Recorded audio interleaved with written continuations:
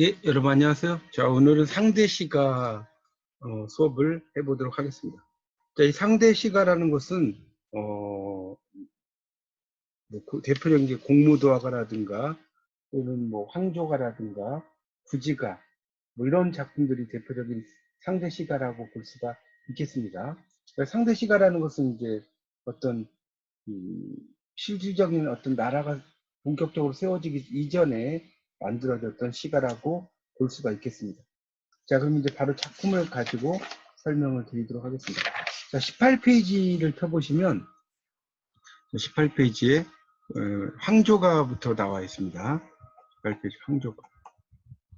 이 황조가는 이제 제일 처음에 나온 게 편편황조, 자웅상이, 여마지독, 수기여기.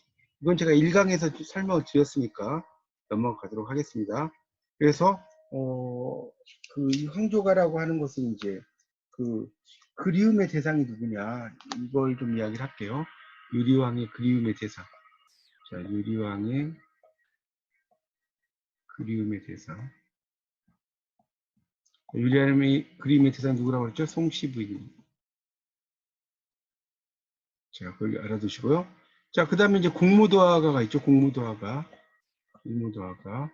자, 거기 그 세 번째 있는 글자가 이게 좀 잘못되어 있다고 말씀을 드렸을 거예요. 이렇게 생긴 이 글자는 떨어질 추자예요. 떨어질 추자니까 이 타자로 이렇게 고쳐주셔야 됩니다. 흑토자가 있는 여기 떨어질 타자입니다.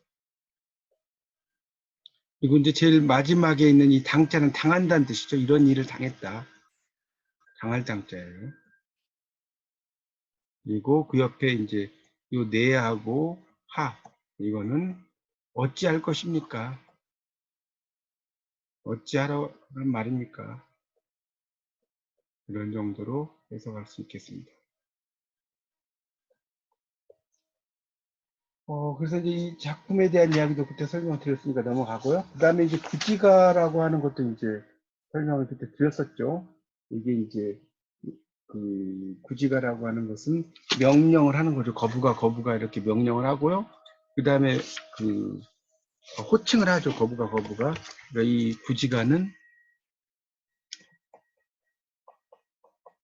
호칭을 하고 명령을 하고 가정이 있다고 그랬죠.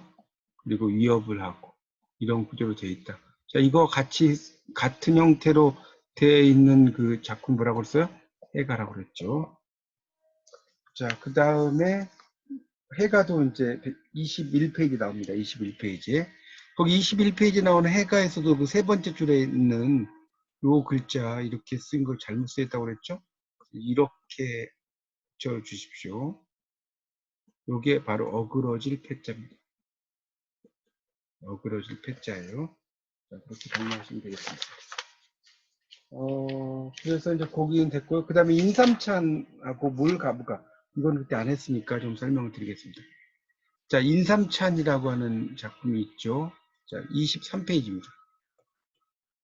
23페이지에 인삼찬은 이 찬이라고 하는 것은 높이고 존경하는 마음에서 숭상한다. 이런 의미를 갖고 있어요. 이렇게 이제 볼 수 있죠. 그래서 제일 처음에 보면 이제 3아, 오엽 이렇게 됐죠. 오엽이니까 5개의 입이죠. 입엽자니까. 이 아라는 것은 가지를 가리켜요. 세 가지. 5잎이 배양 향음이죠. 그러니까 무슨 말입니까? 양달을 햇빛이겠죠. 햇빛을 등지고 음지를 향했다 이런 뜻이겠죠. 그래서 욕내 구하죠. 나를 얻으러 오래 한다면 하고자 할 욕자니까 자작 그 나무, 그러니까 여기 자작나무 단자도 단수 상심이죠. 단수 상심. 이제 자작나무가 되겠죠. 단수가 자작나무. 자작나무에서 이 심은 찾을 심자입니다. 찾을 심자고 이때 이제 상자는 여기 나오는 상자는 서로 상자가 아니라 나를 의미하는 상이라고 보시면 돼요. 나. 그래서 이 상이라는 것이 이제 서로라는 뜻도 있지만 너 또는 나라는 그런 의미로 쓰이는 경우가 있거든요. 한시에서, 한자에서. 그래서 여기서는 나라는 의미로 이해하시는 게 좋겠습니다. 나를 찾아라 이런 이야기가 되겠죠. 그래서 이제 보통 인삼은 아시다시피 그늘 속에서 키우는 게 인삼이죠. 그래서 이제 그런 작품이 있고요. 자, 넘어가 보시면, 그래서 이 작품은 이제 고구려 사람들에게 지어진 노래로 작자는 알 수 없고 24페이지입니다. 사원고시 네 글자씩 돼 있다는 거죠. 중국 송대의 이석이 지은 속박 물지에서 고구려 사람을 작가라고 밝힌 것이 이 작품의 국적과 창작 시기를 알려주는 기록이라고 나오고 있습니다. 그래서 이제 이런 작품이라는 거고요. 이제 그 다음에 나오는 게 몰가부가죠. 몰가부가. 자, 여섯 번째 작품이 바로 이제 몰가부가입니다. 자, 이 몰가부가라는 것은 이 뭡니까? 이 몰이 빠졌다는 거죠. 빠지다. 그런 의미고요. 그 다음에 이 가부라고 하는 거, 이제 가부죠. 여기 일단 부부터 보면 이게 도끼죠, 도끼. 그 다음에 이 가가 자루죠. 그러니까 자루가 빠진 도끼라는 뜻이에요. 자루 없는 도끼. 이런 겁니다. 몰가부가인데, 이 작품은 이제 신라 중기의 원효가 지은 시라고 볼 수 있어요. 신라 중기의 원효가 지은 작품입니다. 그래서 이제 한자를 보면 수허 몰가부, 그 다음에 아작지천주 이렇게 되는 거죠. 그러니까 누가 허락하다는 뜻이죠. 허락하다. 허락을 하겠느냐는 거죠. 몰가부. 그러니까 뭐겠습니까? 자루 없는 도끼를 누가 허락을 하겠느냐? 아, 내가 이 작자는 깎을 작자입니다. 깎을 작자. 깎겠다는 거죠. 그래서 이 지라는 것은 이제 뭐랄까요? 괴다라는 뜻이죠. 하늘을 댈 이 주는 기둥이에요. 기둥을 깎겠다 이런 뜻입니다. 자, 그래서 이 작품의 해설을 보면 24페이지 나오죠. 원효가 미친 사람처럼 길거리를 다니면서 이 노래를 불렀다고 한다. 사람들은 무슨 뜻인지 알지 못했지만 태종무열왕이 이 노래를 듣고 말하기를 스님이 귀부인을 얻어 아들을 낳고 싶은 모양이다. 나라에 큰 현자가 있으면 이익이 막대할 것이다. 요석궁의 과부가 된 공주가 있었고 원효와 인연을 맺도록 주선해서 아들을 낳으니 신라 시편의 한 사람인 바로 설총이다라고 나오죠.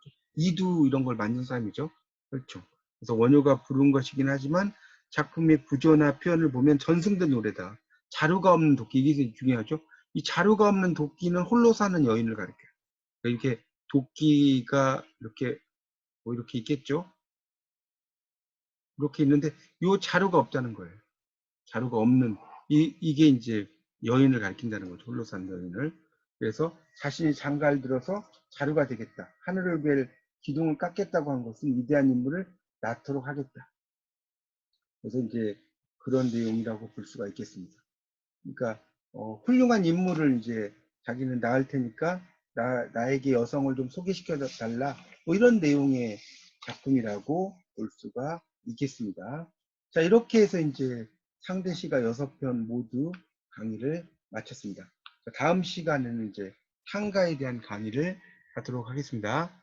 자, 이상 마치겠습니다. 감사합니다.